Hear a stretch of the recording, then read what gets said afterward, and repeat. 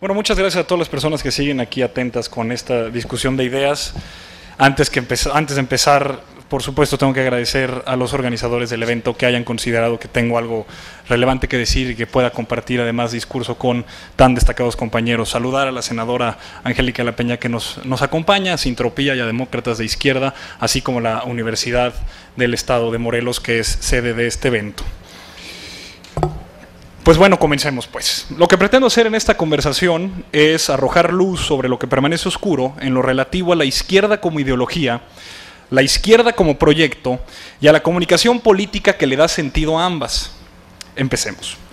La comunicación consciente es una característica definitoria del ser humano. No es la razón ni el lenguaje, sino la combinación de ambas características la que hace a los seres humanos ser distintos a los demás animales. El pensamiento es dialógico, es decir, una conversación permanente entre nosotros y nuestra conciencia. Es a través del lenguaje que podemos revelar las coordenadas históricas, políticas y sociales que nos anteceden y que de alguna manera nos condicionan a hablar como hablamos, a pensar como pensamos. El ser humano como animal político lo es en la medida en la que puede pensar y hablar en tenor de diálogo. Dice el grupo de personas que se ha dedicado al estudio de la comunicación política de manera académica que ésta puede definirse como el estudio de las actividades de confrontación de discursos que se dan entre los medios masivos de comunicación, los políticos y la opinión pública en temas referentes a asuntos públicos. En estricto sentido, considero que la naturaleza misma de la comunicación la vuelve siempre política, se haga explícito o no. La política es el arte de poder orientar a una sociedad determinada a la resolución de sus problemas con sentido de futuro. ¿De qué otra manera hacerlo sino comunicándonos? Escribe el sociólogo español Manuel Castells: la comunicación es el espacio en el que se construyen las relaciones de poder, lo cual no quiere decir que los medios de comunicación tengan el poder. Esto es empíricamente falso. No tienen el poder. Son mucho más importantes que eso. Son el espacio donde se construye el poder. Cualquier tipo de poder tiene que pasar por el espacio de la comunicación para llegar a nuestras mentes. En la actualidad, la comunicación es fundamental para el ejercicio de la política, pues permite la confrontación de discursos referentes a las ideologías y las acciones de los gobernantes. La información es imprescindible para medios de comunicación y la opinión pública. Es en la conversación en donde configuramos nuestra propia idea de realidad. La pregunta relevante entonces es: ¿qué comunica la izquierda y qué comunica la derecha para poder diferenciarla una de otra?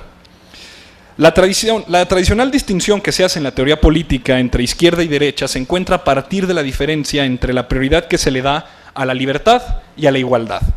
Para la derecha, tradicionalmente se entiende que la libertad se encuentra en el primer orden de prioridad.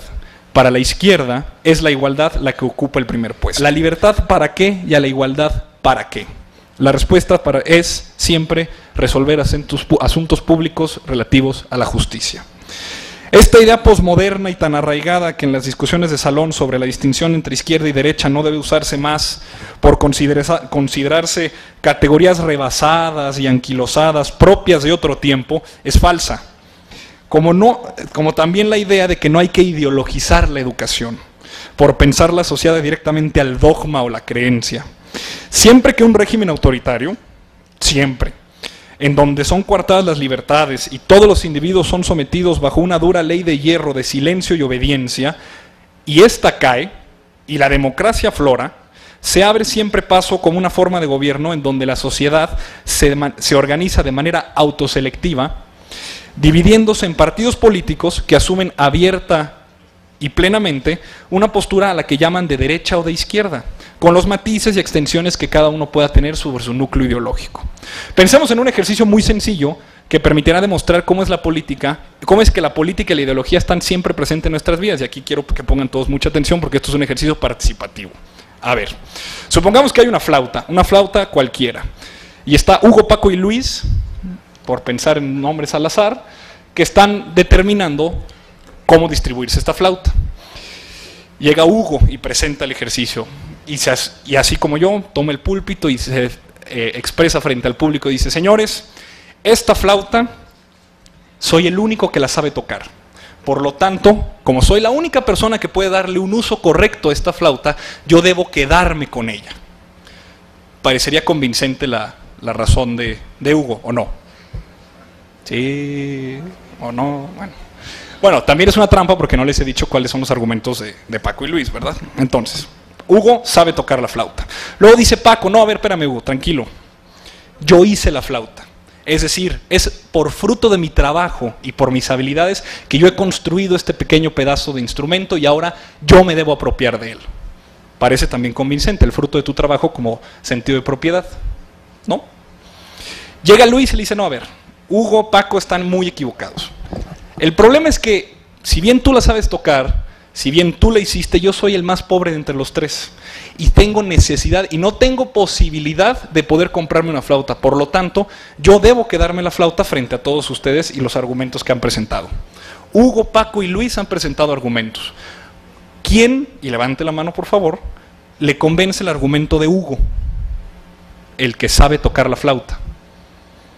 Se vale, digo, aquí somos demócratas de izquierda, ¿no? ¿A quién le convence el argumento de Paco? Él hizo la flauta. ¿Y a quién le convence el argumento de Luis, el más pobre? ¿Sí? Bueno, aquí como lo acabamos de ver, tenemos enfrentadas tres posiciones ideológicas. La utilitaria, es decir, aquella que Hugo presenta por saber tocar la flauta, él puede dar fruto del uso a este instrumento.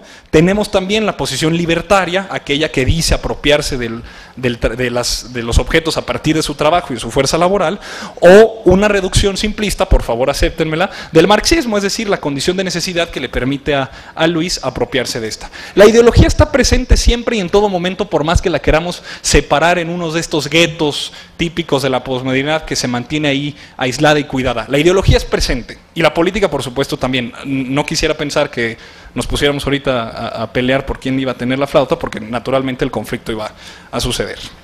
A la luz de este encuentro natural y sano de ideas, es importante hacer una reflexión teórica que ponga en orden nuestros conceptos a la hora de discutir sobre la justicia, la política y la ideología que orienta el ejercicio de esta. Escribe el politólogo italiano Giovanni Sartori: cuando se pretende comunicar sobre una u otra ideología, se debe diferenciar dos campos ideológicos distintos: la ideología en el conocimiento y la ideología en la política. En el primer contexto, la pregunta es si la ideología y en qué medida está ideológicamente condicionada o incluso distorsionada. En el segundo contexto, la pregunta es si la ideología es parte integrante de la política y si es así, ¿qué lo explica? En el primer caso, el problema es de verdad o no. En el segundo, el problema es de eficacia. Cierro cita. Esto es importante porque a la hora de discutir sobre política perdemos de vista cuándo estamos hablando sobre estrategias de acción y proyectos a cuándo estamos hablando de supuestos metodológicos y concepciones filosóficas. Sin embargo, la distinción entre la ideología en el saber y la ideología en la acción no es necesariamente una separación. Existen problemas que afectan a ambos. Por ejemplo, cuando discutimos sobre el liberalismo, el socialismo, el nacionalismo y sobre otras cuestiones similares, la cuestión es en parte sobre la verdad o validez y en parte también sobre la eficacia. Pongo un ejemplo.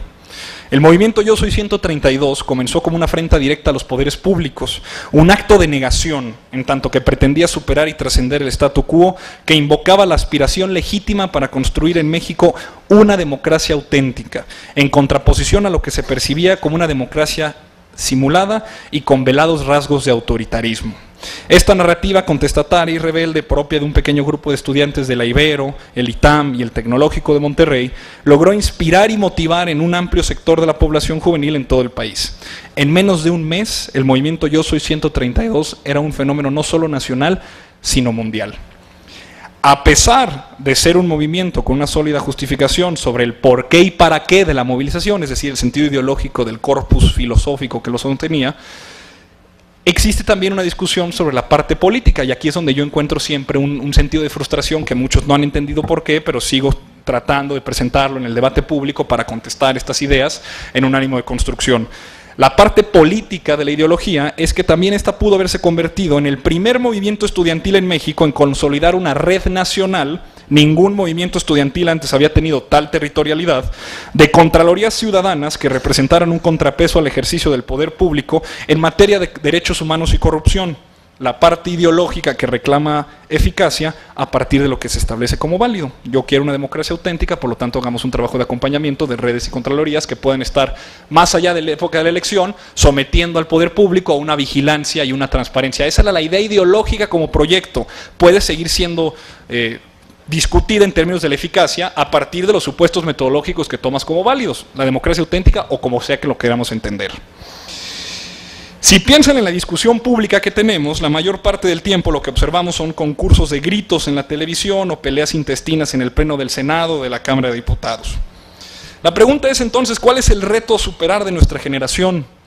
¿Con qué o a qué nos hemos comprometido con el afán de superar y resolver, superar y trascender el statu quo?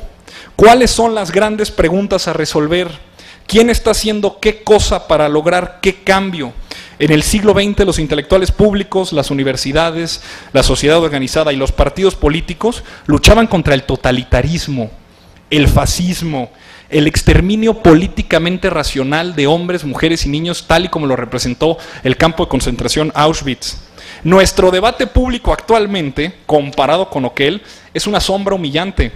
Estamos enfrascados en reinventar el sentido de categorías estériles y francamente inútiles en el afán de revestirlas de trascendencia o de actualidad para terminar, en la mayoría de los casos, en una burda mofa de conversación. Mirarse en un espejo de autoafirmación narcisista y autocomplaciente entre aquellos que piensan, sienten y hablan igual. En términos lógicos esto se llama la falacia naturalista. Hacer de la aceptación, libre o coercionada, el único criterio de validez, el cual confunde la aceptación con la aceptabilidad. Terminar pensando que porque es deseado, también significa que es deseable. Lo que es, también debe ser. Nada más falso. La curia del templo de la verdad totalitario recibe adeptos que se han organizado para expresar sus prejuicios, buscándolos hacer pasar por una verdad inobjetable. Han formado un frente común que descalifica a todo aquel que atreva a siquiera sospechar sobre su lógica y sentido, con los más burdos adjetivos, invocando siempre la supremacía de la fidelidad, ciega o no, de sus historias.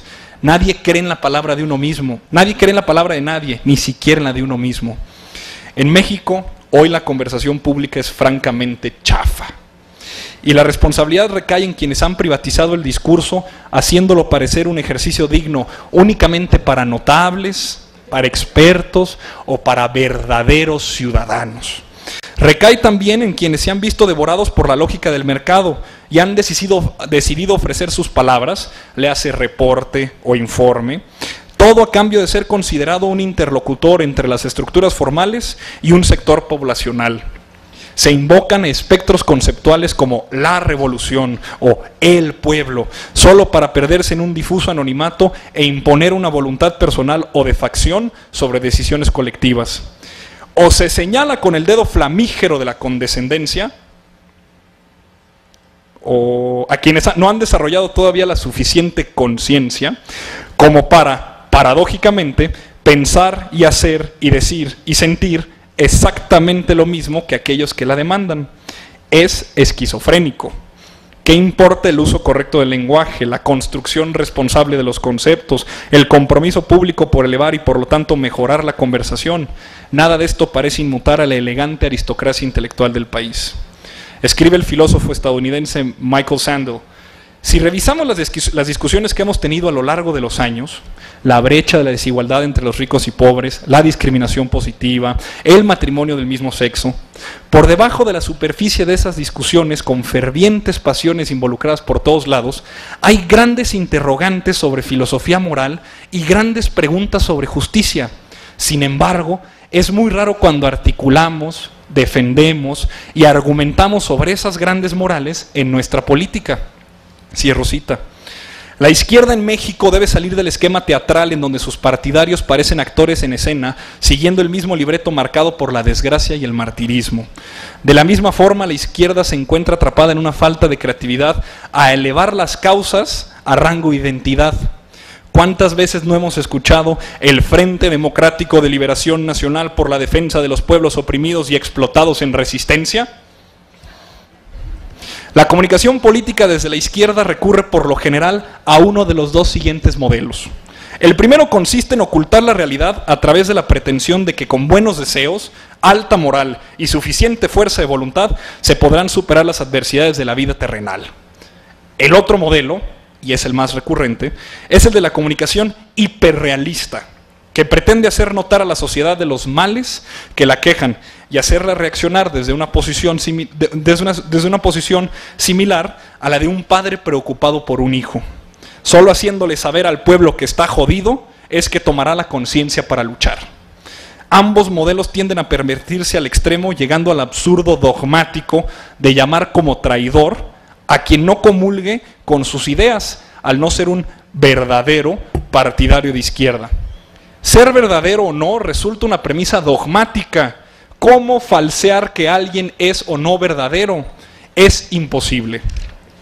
Cuando la izquierda pasa de estar en la oposición a ser oposición, la lucha misma está condicionada a nunca triunfar y la causa es secuestrada. No se triunfará nunca porque nadie estaría pensando en el cómo hacerlo, ya que esto significaría alterar las condiciones del escenario político que le da razón de ser, lo cual terminaría por anular su propia identidad. Dejarían de ser oposición. Se secuestra la causa social al usarse esta como justificación y arropo a las actividades que buscan únicamente notoriedad y relevancia mediática. Por eso se bombardea el Estado de peticiones y reclamos imposibles de cumplir, o con descalificaciones ideológicas que apelan a la intuición de la gente más que al entendimiento y a la razón. La comunicación política desde la izquierda y por lo tanto la manera en la que ésta entiende las relaciones de poder y cómo pretende alterarlas en nombre del bien superior de la justicia, debe encontrar una ruta y un mito fundacional que motive e inspire a querer tener una mejor sociedad. La síntesis, como dijera el ingeniero Jesús Ortega en la mañana, es posible. Hay que enfrentarnos contra nuestros demonios. Pareciera que actuamos como aquel neurótico en una de las sesiones de psicoanálisis que se la pasa hablando y hablando y hablando y hablando y hablando y hablando para que el terapeuta no haga esa específica pregunta que lo termine por desarmar como un mecanismo de defensa. Así pareciera que la izquierda mexicana se encuentra en el momento. Retomo el concepto del politólogo italiano Gianfranco Pasquino y llamo a esta síntesis gobernar las contradicciones. Esto se da al momento que no se pretende ocultar o negar la realidad, sino transformarla a partir del ejercicio del convencimiento y la argumentación. Esto significa reconocer que existen condiciones de vida que resultan insostenibles y que se está proponiendo algo para cambiarlas, motivadas a partir de una serie de supuestos sobre la justicia que todos tomamos como válidos. Hay que preguntarnos qué es lo que resulta esencial y determinante en el proyecto político de la izquierda para resolver problemas como la justicia. Termino con una propuesta muy concreta. La izquierda en México debe ser más leninista y menos bolchevique. Escribe el sociólogo mexicano, más leninista y menos bolchevique. Escribe el sociólogo mexicano Miguel Sánchez Lora. Si la organización que Lenin fundó fue exitosa, se debió a que supo interpretar correctamente la realidad que deseaba transformar, aplicando la metodología que construyeran Marx y Engels a una nueva situación, la de la Rusia zarista a finales del siglo XIX y principios del siglo XX. Para lograrlo, fue necesario que Lenin enriqueciera el marxismo con conceptos producidos a partir de realidades que sus fundadores no conocieron plenamente, como por ejemplo el imperialismo.